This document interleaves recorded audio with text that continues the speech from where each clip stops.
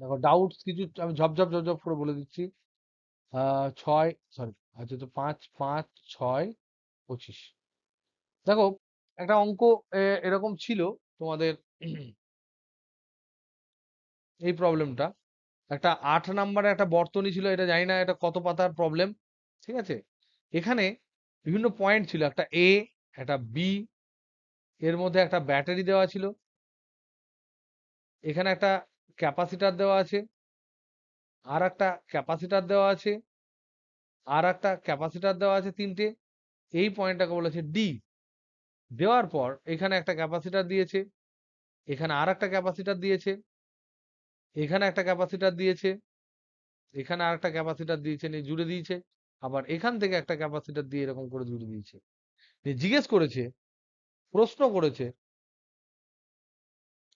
C capacitor between A B সমান কত। তো দেখো এখানে খুব ইন্টারেস্টিং পার্ট হচ্ছে যে এ পয়েন্ট আর বি পয়েন্টের মধ্যে ধারকত্ব, তুল্য ধারকত্ব বার করতে বলেছে। আবার বি আর D point same, B and D এরা হচ্ছে ইলেকট্রিক্যালি সেম পয়েন্ট। মানে কি, এদের দুজনের বিভব একই, এদের বিভব সেম। তাহলে বিভব যদি দুটো পয়েন্টের মধ্যে সেম হয়, তার মধ্যে তুমি যাই রাখো না কেন, সেটা কোনোভাবে তুল্য ধারকত্বতে কন্ট্রিবিউট করে না। তার মানে এই যে পার্টটা আছে, এই পার্টটা হবে ব্যাকার্দক। কারণ এই পার্টের এই পার্ট আর এই পার্টকে যদি টেনে আমি ধরি, তাহলে দেখবো তার দুই পয়েন্টের বিভব সমান। সুতরাং সেই দিক দিয়ে কোনো আধান শেয়ারই হবে না ইফেক্টিভলি। তাহলে ওই পার্টটা হচ্ছে একদম বাদ। তাহলে পড়ে থাকলো আমার কি, তাহলে এই পার্টটা যদি তাহলে পড়ে থাকবে কি, এইটা হচ্ছে এ বি, এখানে পাতি তিনখানা, একখানা, দুখানা, তিনখানা আমার এ রয়েছে সি সি সি, প্যারালালে তিনখানা রয়েছে। তার মানে সি ইকুইভ্যালেন্ট সমান হবে সি এ বি সমান 3C হবে। ওকে, নাম্বার 1। নাম্বার 2 হচ্ছে আমি তোমাদের গ্রুপে সম্ভবত পাঠিয়েছিলাম। এই যেটা আজকে পাঠিয়েছিলাম সেটা ভেরি ভেরি ইজি ছিল। আজকে যেটা পাঠিয়েছিলাম সেটা সবাই দেখো, অনেকে দেখেনি। This is very very easy, answer হবে 148 বলেছিল এটা। তার আগে আমি যেটা পাঠিয়েছিলাম, কিছু কিছু তোমাদের অ্যান্সারও পাঠিয়েছি, তার মধ্যে যেটা আটকে ছিল পরে এটা সুমিয়াই কেবলমাত্র করে পাঠিয়েছে, কিন্তু স্টিল এখানে তোমার 18টা যেটা ছিল, 18 বলে একটা প্রবলেম ছিল, সেটা বলছে electric field along z axis due to uniformly charged circular ring of radius a।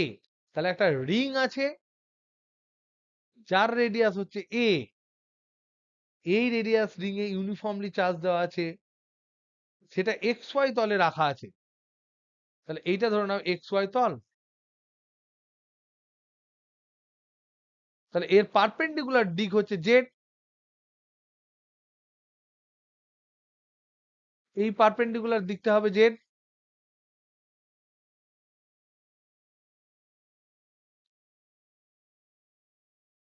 এই দিকটা হবে জেড।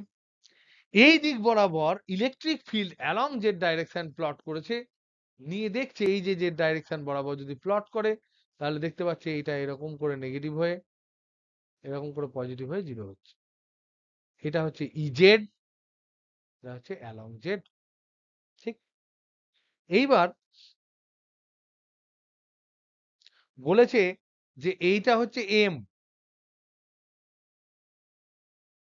এটা ও, এটা এম, সেখানে পিকটা আমি পাচ্ছি। তাহলে এই এম এর কোঅর্ডিনেট কত হবে? এম সমান কিছু একটা হবে জেড কমা জিরো। যদি হয় তাহলে জেড সমান কত? আমরা তো জানি একটা রিং এর ক্ষেত্রে এই দিক বরাবর যদি যায়, যদি ব্যাসার্ধ এ হয়, জেড দূরে যদি যায়, তাহলে ইলেকট্রিক ফিল্ড কত হয়? ফর্মুলা কি? তুমি আছিস, বলেছিলিস ফর্মুলাটা একবার বল। ই সমান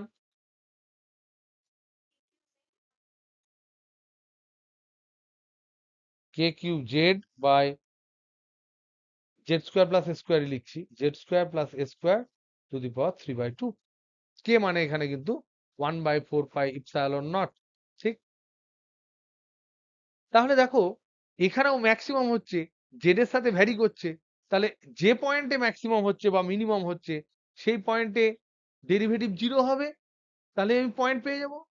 তার মানে কি ই ই যেখানে আমরা বলছি E equal to 4 pi epsilon naught Q into Z by Q by 4 pi epsilon naught, এখানে দিয়ে দিলাম Z by Z square plus A square whole to the power 3/2। সেখানে where where বা at what points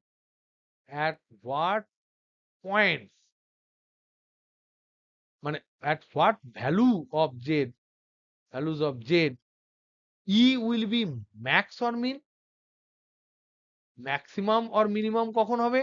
আমরা জানি maximum minimum হতে গেলে first ডেরিভেটিভটা 0 হয়।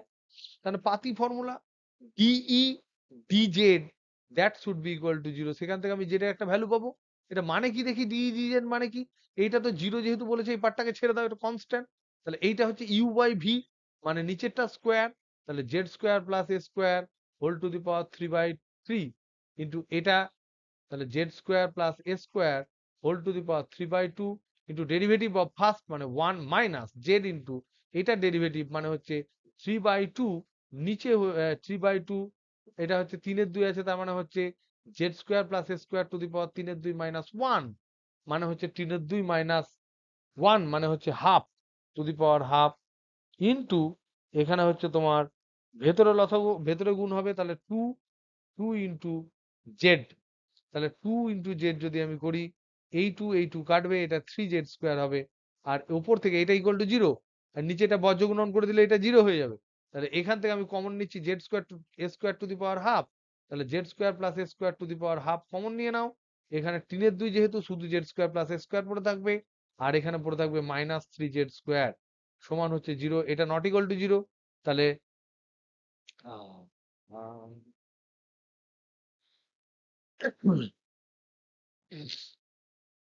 कहाँ पे गंडगोल किया? ও ঠিকই তো আছে। তাহলে 2z স্কোয়ার সমান হচ্ছে a স্কোয়ার, তাহলে z সমান হচ্ছে plus minus a by root 2। তাহলে একটা প্লাস মাইনাসে হচ্ছে মাইনাসে এটা, তাহলে এটা যদি এটা যদি ইজেড হয়, এটা যদি জেড ডাইরেকশন হয়, তাহলে এই পয়েন্টটা হচ্ছে a বাই রুট 2 0 আর এই পয়েন্টটা মিনিমাম হচ্ছে মাইনাস a বাই রুট 2 0। এবার এই দিকটা নেগেটিভ কেন হলো আমার প্রশ্ন, এবার আমার একটা প্রশ্ন হচ্ছে, খুব সিম্পল প্রশ্ন, বোকা বোকা প্রশ্ন, যে এই যে আমার ইলেকট্রিক ফিল্ডের জেড ডাইরেকশন, তাতে এই দিকটা এরকম নেগেটিভ কেন হলো, এদিকটা পজিটিভ কেন হলো? এইখানে আমি রিং রেখেছি, এইখানে আমার রিং ধনাত্মক আধান দিয়ে আহিত, তাহলে এইদিকে নেগেটিভ কেন হলো? এইদিকে নেগেটিভ কেন হলো আর এইদিকে পজিটিভ কেন হলো?